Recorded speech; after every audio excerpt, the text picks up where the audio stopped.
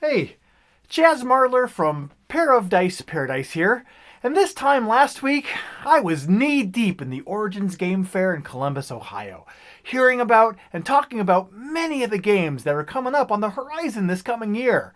And if the days at Origins were spent seeing and talking about the newest games, the nights were filled with playing as many of those games as possible. And the food.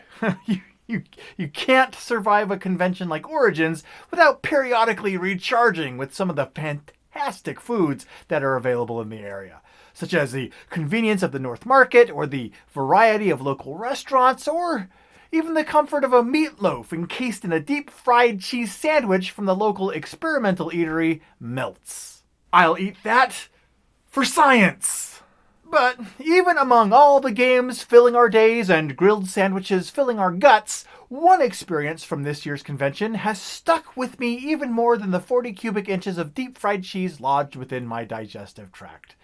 On the last night at the convention, several of us gathered around a table for one final night sharing the new games that we discovered with one another.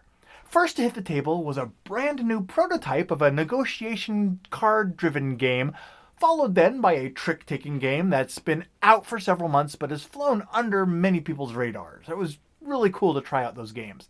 But then, the streak of new and unknown was broken when someone mentioned that they had brought one of my favorite games of all time, the Push Your Luck dice placement game, Las Vegas.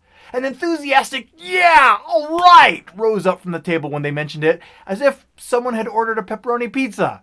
And I gotta say, easing into this old favorite game of mine was a relaxing experience, especially after the hectic week of working the convention, and it was made all the better when someone actually did order a pepperoni pizza.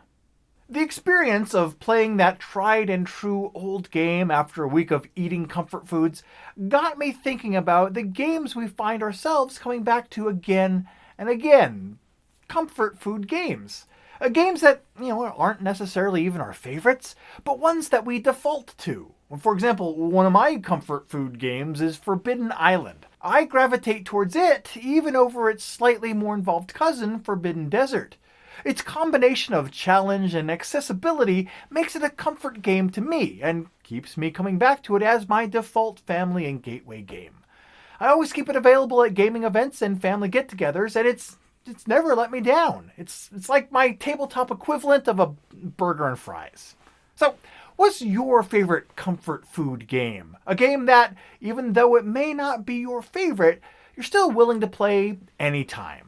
In the comments below, let me know either that or the name of a really good gastroenterologist, especially one that's really good at dislodging a week's worth of grilled cheese. I may have overdone it on the Melts. For science.